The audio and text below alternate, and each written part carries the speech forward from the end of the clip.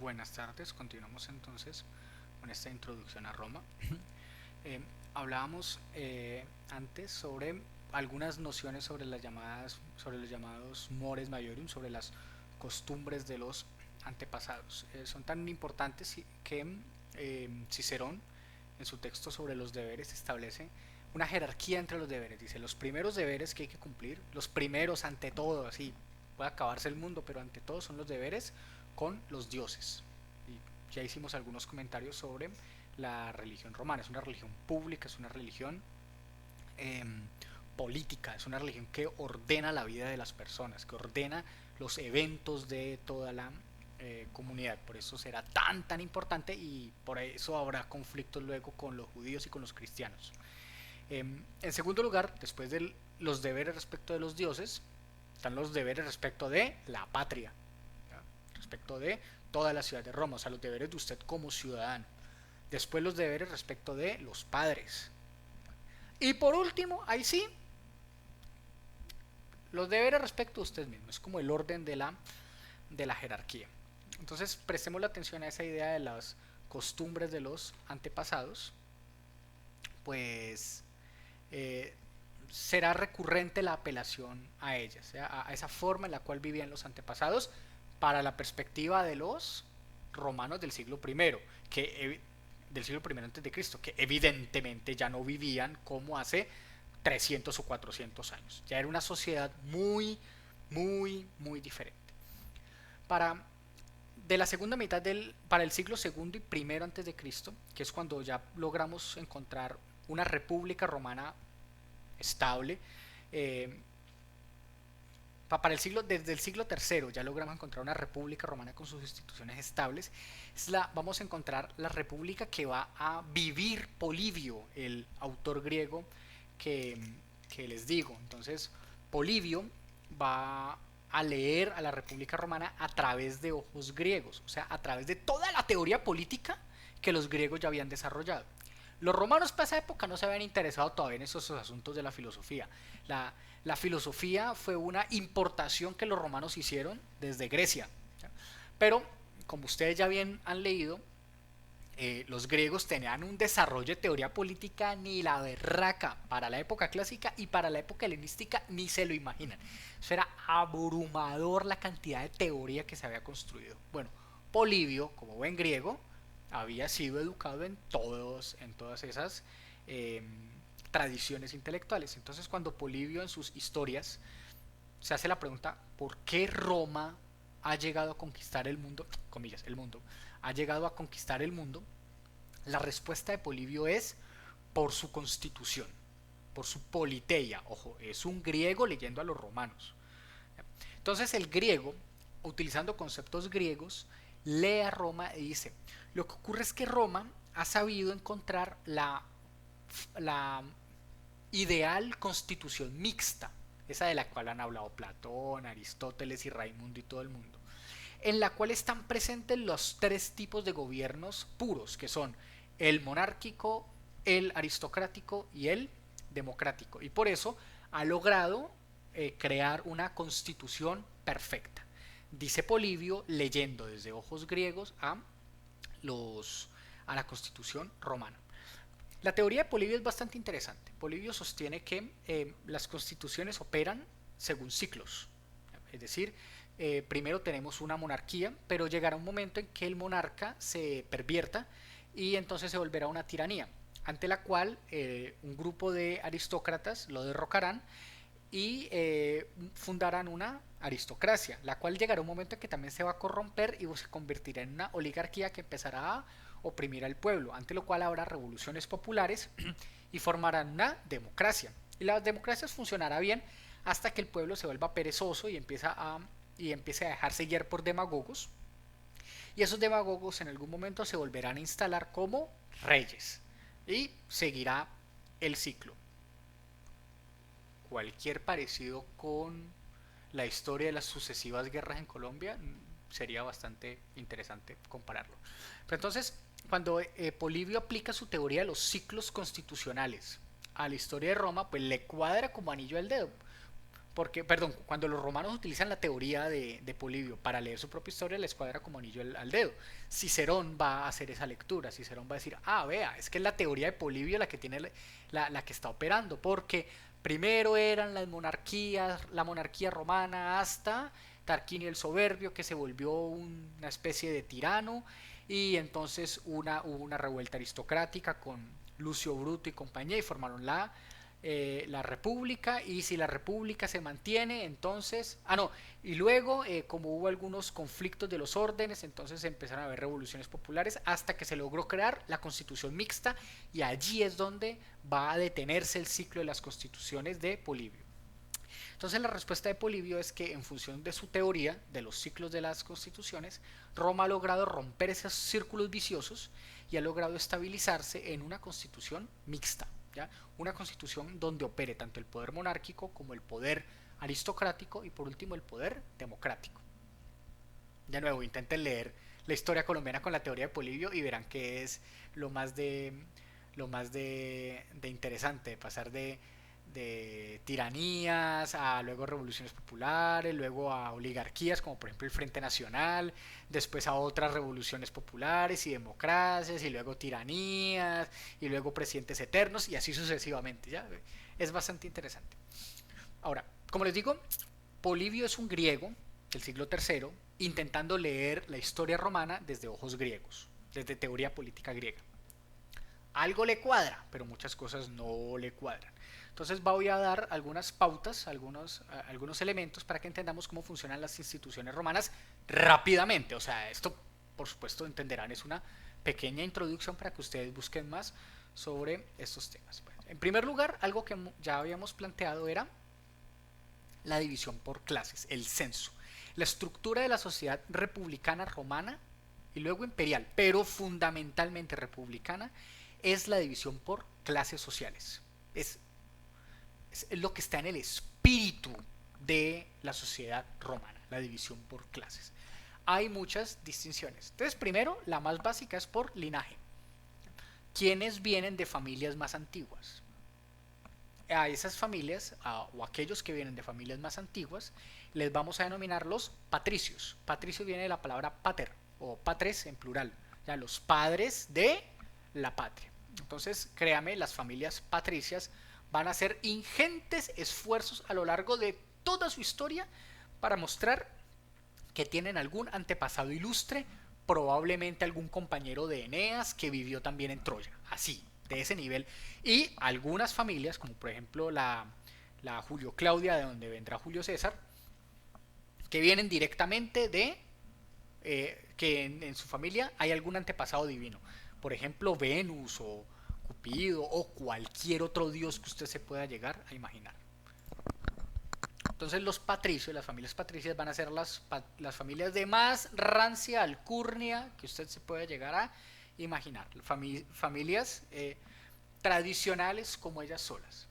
En contraposición, o en el otro extremo, encontramos los plebeyos, que son por supuesto familias sin linaje, sin ningún tipo de linaje, sino conquistados o que llegaron nuevos a Roma o que vienen de otro lado o venidos a menos sin capacidad de demostrar alcurnia y nada por el estilo. En fin, gente literalmente de la calle. Plebs, el populacho, los que no tienen un linaje, los que no tienen una familia importante, los que no son gracos, los que no son estos, ¿cómo es que llaman? Los escipiones, ya, no, que no tienen ningún tipo de linaje importante.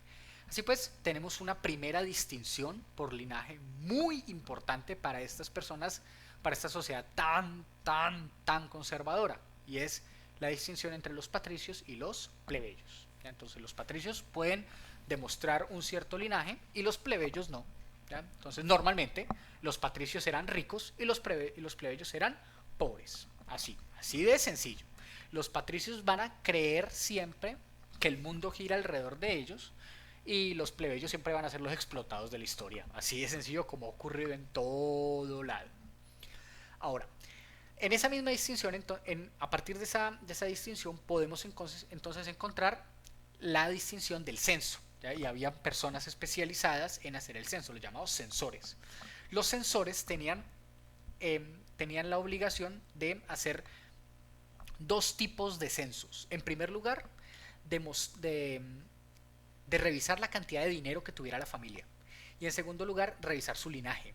Entonces, digamos, en las épocas más arcaicas de la República Romana, solamente era posible acceder a la llamada clase senatorial, la que por allá en últimas tomaba las decisiones, en la época más arcaica, si al mismo tiempo se tenía linaje patricio y si se tenía mucha plata, ya el dinero que se solicitaba para ser de clase senatorial. Si no se cumplían las dos condiciones, pues no se podía ser senador y no se podían tomar decisiones políticas relevantes.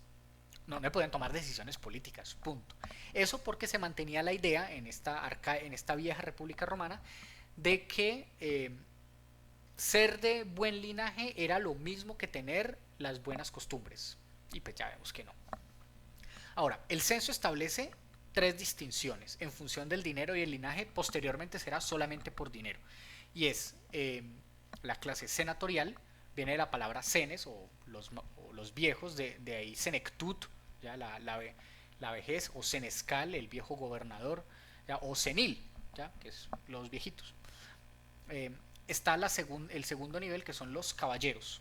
Entonces, entre senadores y caballeros no hay tanta diferencia, ya es una diferencia de poder adquisitivo, de dinero, en efecto, de cuánta riqueza se tiene, pero solía no haber tanta diferencia.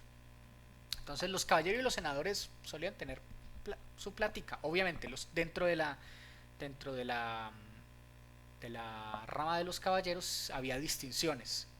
Haga de cuenta como decir que los caballeros eran como la clase media y así hay clase media baja, media media y media alta. Haga de cuenta. Entre esos se repartían básicamente todo el poder político. Y por último tenemos a los proletarios. Entonces, vea, los senadores podían a nivel militar ofrecer armaduras, armas, muchos caballos, ganado, comida.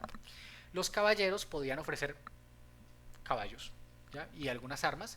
Y por último tenemos a los proletarios que son los pobres, no los más pobres, sino los pobres. Son los que lo único que le pueden aportar a el Estado, es decir, a la milicia, es sus hijos. O sea, proles quiere decir la descendencia, ya los hijos. Entonces los senadores podían dar dinero, armas, caballos, los caballeros podían dar armas y caballos, los proletarios solamente podían dar hijos, carne y caña. Y por supuesto había por allá una última clasificación que eran los más pobres de los pobres de los pobres, pero esos estaban exentos de servicio militar y esos obviamente no los tenía en cuenta para nada.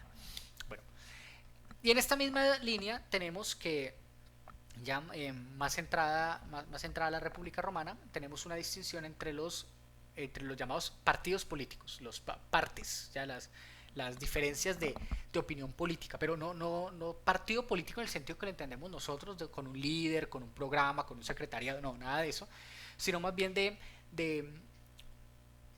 de orilla ideológica, ¿ya? De cómo a quién deben favorecer las decisiones o qué tipo de decisiones se deben tomar que favorezcan a quién. Y por supuesto tenemos a dos grandes grupos siempre, que son los optimates, opus, obra, los que son capaces de hacer cosas, los que tienen recursos, y populares, en populum, del pueblo, los pobres. Entonces son las dos grandes tendencias. Cicerón va a utilizar esta última clasificación entre optimates y populares para leer la historia romana. Entonces Cicerón va a sostener que las grandes crisis de la historia romana se dan por la lucha entre optimates y populares. Y por supuesto Cicerón, que es siempre un pro optimate, va a decir el gran problema es que se le ha dado poder a los pobres, ya va a decir Cicerón. Pero bueno, como les digo, Cicerón es solamente un elemento más de toda esta historia. Tengamos en cuenta estas distinciones, van a ser importantes más adelante y nos van a permitir leer la historia desde ciertas perspectivas. En particular, tengan en cuenta la distinción del censo, ¿ya? Y es senadores, caballeros y proletarios, y cómo eso afectará luego las decisiones de orden político. Bien, Por último, otra distinción esencial que hay que tener a la hora de entender las instituciones romanas, o lo más básico de las instituciones romanas, es la tripartición republicana. Entonces, decíamos que cuando se funda la República Romana, el principio elemental era que nadie se quedara con el poder, que no hubiese un rey, que no hubiese un solo gobernante que pudiera hacer lo que se le diera la gana. Y por supuesto los romanos no tenían, como los griegos, ni nunca tuvieron algo así como una constitución escrita, para nada, sino que operaban a partir de estas regulaciones de los mores maiorum y todos estos asuntos. O sea, los griegos estaban más avanzados en teoría política que los romanos, evidentemente. Los romanos luego estuvieron más avanzados en teoría del derecho. Ahí sí esta gente la voló, pero ya llegaremos a ello. Entonces, la primera decisión, digamos, lo que funda la república es que haya cónsules, ya que haya que haya al menos dos individuos que tomen las decisiones.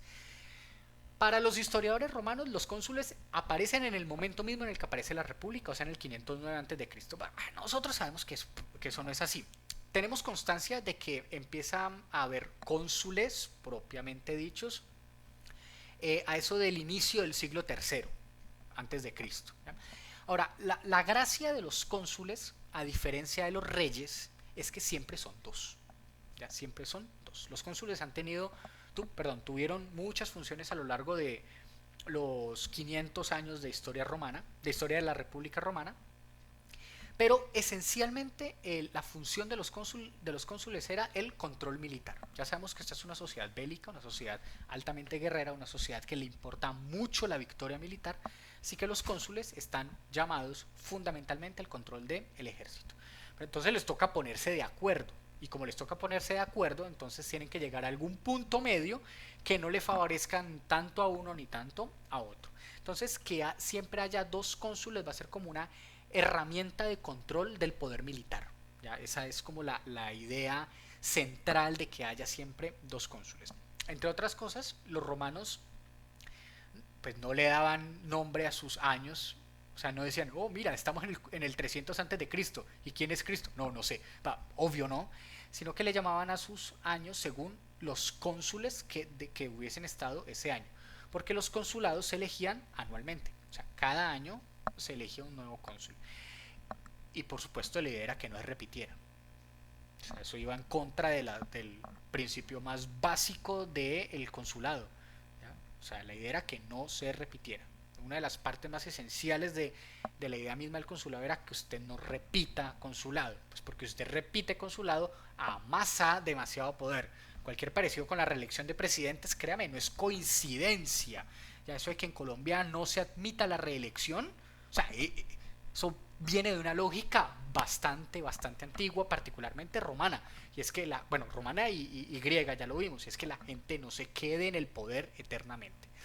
En particular gente que tiene la capacidad de controlar el ejército, y sabemos que si se controla el ejército en Roma se lo controla básicamente todo. Eso por un lado. Y por otro lado tenía algunas funciones de orden religioso, ya lo habíamos dicho. La religión y la política en Roma, así como en Grecia, pero en Roma particularmente, son básicamente lo mismo. Entonces los cónsules son los que toman las decisiones en función de lo que los sacerdotes, en función de lo que los líderes religiosos digan acerca de lo que expresan los dioses. Así pues, para poder llegar a ser cónsul se tenía que realizar todo un proceso de formación. ¿Ya? Y este es otro elemento esencial. A ver, por supuesto estoy dando un resumen general súper rápido de más o menos 400 años de formación republicana. ¿Ya? Pero pues ya usted buscará con mayor detalle la historia de los cónsules y las obligaciones de los cónsules y las especificaciones del asunto. Yo estoy dando simplemente el resumen general. Entonces, cargo anual al cual se podía acceder solamente a partir de un cierto proceso institucional, un cierto proceso de elecciones y de ratificaciones. Inicialmente ratificaciones solamente por el Senado, posteriormente, después del conflicto de los órdenes, ya lo comentaré, por el pueblo. ¿Ya? Entonces, ser cónsul era haber pasado por todo un proceso de legitimación de todas las instancias de la sociedad romana. A eso se le denomina el cursus honorum. y es haber pasado por todas las instancias institucionales por las que se debía pasar para poder aspirar al cargo más alto en la república, y era el ser cónsul y por lo tanto controlar el ejército, controlar la religión y tener algunas prerrogativas de orden legislativo. Así pues, no es que usted un día trabajó en el Banco Mundial, otro día hizo un curso de una semana en Harvard y ¡pluf! Te volviste presidente. No, no, si alguien llegara a ser cónsul de esa forma, pues haría una pésima labor, se colocaría a improvisar. A ver, sí, todos improvisamos, el problema es que se note. Y pues conozco a cierto presidente el que le nota mucho la pinche improvisación. Bueno, la idea en Roma era que eso no pasara, ya que eso no sucediera. Y por eso estaba el llamado cursus honorum. Para poder llegar a ser cónsul se necesitaba eh, pasar por los escaños anteriores, es decir, ser edil, ser cuestor, ser pretor, ser pontífice, estar en un montón de cargos religiosos y ahí sí presentarse a las asambleas para ver si lo elegían como cónsul. Ya, o sea, era todo un proceso de legitimación para que los cónsules no fueran cualquier aparecido que hizo un curso en Harvard. Y pues por supuesto, era siempre compartido, ya lo he dicho. Bueno, dentro de los asuntos relacionados con el control del ejército y de decisiones de orden estratégico, digamos, de la acción, había había una segunda institución ya supremamente gris y bastante nubulosa, que era la dictadura. Ahora, entendámoslo bien. El dictador no era lo que hoy nosotros entendemos como dictador. Hoy se le dice dictador a cualquiera por cualquier cosa. Así es. Entonces, hoy la palabra ha perdido mucho sentido porque se usa para todo. Ya es como libertad, ya, o como democracia, se usa para cualquier cosa.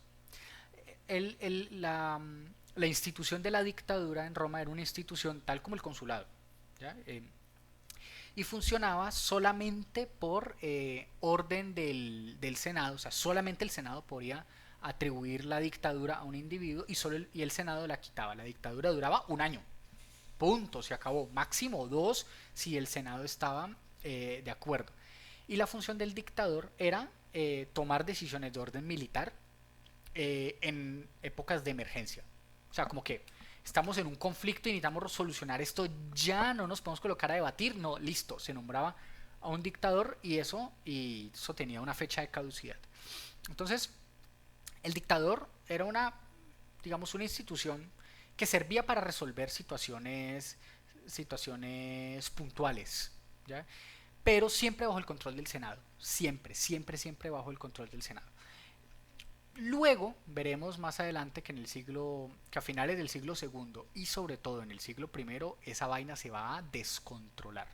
Y con los sucesos del siglo primero, en particular los de las figuras de Pompeyo, por un lado, bueno, de Sila, de Pompeyo y de Julio César en particular, es que va a aparecer la idea del dictador con la acepción que nosotros entendemos hoy, como un individuo que básicamente se enraiza en el poder y hace lo que se le da la gana, saltándose todas las instituciones y todas las reglas. Pero bueno, digamos para la idea general de lo que era la dictadura, esa no era la connotación que se tenía. Bueno, pero estamos viendo que los cónsules tenían unas funciones específicas, ya en particular controlar el ejército y algunos elementos de orden religioso. El Senado, en cambio, tenía otro tipo de funciones. Al inicio tenía funciones de orden legislativa, ¿ya? Después van a perder esas funciones y simplemente se van a encargar o van a tender a adoptar simplemente funciones de, de afirmación, ¿ya? Entonces, si los cónsules van a tener la potestas, ¿ya? El poder de hacer las cosas, el poder de controlar el ejército, la potestas, el Senado va a tener la autoritas, o si quieren la autoridad para aprobar o desaprobar. ¿Y aprobar qué? No leyes, sino presupuestos. Recuerden que para ser senador se debía tener mucha plata, mucha, mucha, mucha plata. Así que los senadores eran los que aprobaban o no que se utilizara cierto presupuesto del erario para X campaña militar o u otros asuntos, o construcciones, o remodelaciones, o en fin, lo que fuera. Así que los cónsules, por más de que tuvieran poder militar, sin plata, pues no hacían nada, pues porque el ejército había que pagarle, a los legionarios había que pagarles. Los cónsules, por más de que quisieran emprender acciones, construcciones arquitectónicas, pues necesitaban dinero, que era el que el Senado ponía. Por supuesto, para ser senador era necesario, era absolutamente necesario tener mucho dinero. Y otra cosa que hacían los cónsules, que era esencial para la República Romana, era los triunfos, aprobar los triunfos. Así que entraban los generales victoriosos y recorrían toda Roma con los esclavos y con el botín. Eso se le llamaba un triunfo y les colocaban su coronita de laurel y todo el mundo los alababa y se vestían de púrpura, etcétera. Eso se llamaba un triunfo. Más adelante veremos la relevancia absoluta de los triunfos. Ya más adelante lo explicaré, pero búsquenlo si quieren. Ya los triunfos eran esenciales en la política romana. Bueno, el Senado era quien los aprobaba. Y por último, tenemos las asambleas populares, que tenían otro tipo de funciones. Las asambleas populares van a surgir al inicio de la República Romana y van a surgir después de un conflicto gigante entre patricios y plebeyos, que será lo que comentaré en el siguiente video. Para sintetizar, las asambleas, digamos en general, tienen las siguientes funciones. Primero, eran las que elegían a los cónsules. O sea, las asambleas populares, o sea, el pueblo, eran quienes elegían a los cónsules. En primer lugar, las que votaban por los cónsules. En segundo lugar, eran las que aprobaban las leyes. O sea, el Senado podía proponer leyes, pero eran las asambleas populares, tanto las asambleas por centurias como las asambleas por tribus, las que aprobaban las leyes. O sea, que tenían que votarse a nivel popular. Y por último, eran las asambleas populares las que decidían si se hacía la guerra o no. ¿Ya? Entonces, el pueblo tenía también un cierto poder. Cierto poder. Eso es una cuestión que hay que analizar y que lo analizaremos un poco más adelante. Porque la estructura de votación en las asambleas está organizada de tal forma que siempre los más ricos votaran primero y que cada voto rico tuviera más peso que cada voto de pobre. ¿Ya? Así que recordemos, es una sociedad elitista. De democrática, no. Pero de aristocrática, tampoco. Y de monárquica, menos. Así que los lentes con los que Polibio lee la República Romana, pues le ayudan a entender un poco. Pero la estructura romana es bastante diferente. La República Romana no es una democracia, no es una monarquía, no es una aristocracia y tampoco es una constitución mixta. La República Romana es una república desde un punto de vista muy diferente al griego. Ahora, ¿cuál es la idea básica de una república? Y con esto terminaré este video. Es mantener esa tripartición del poder. Si los cónsules tienen la potestas, el Senado tiene la auctoritas, las asambleas tienen la libertas. O sea, las asambleas son las que se encargan de vigilar y de garantizar que los patricios, o sea, que el Senado no oprima al pueblo, o sea, que no se aprueben leyes que vayan en contra de los intereses de los más pobres, es decir, del pueblo. Ya, mutatis mutandis, ya ahí con sus limitaciones. Pero entonces, en esta teoría, una república o la República Romana es república porque el poder está dividido. Nadie nunca tiene todo el poder. Pienso un poquito en la estructura de la República de Colombia.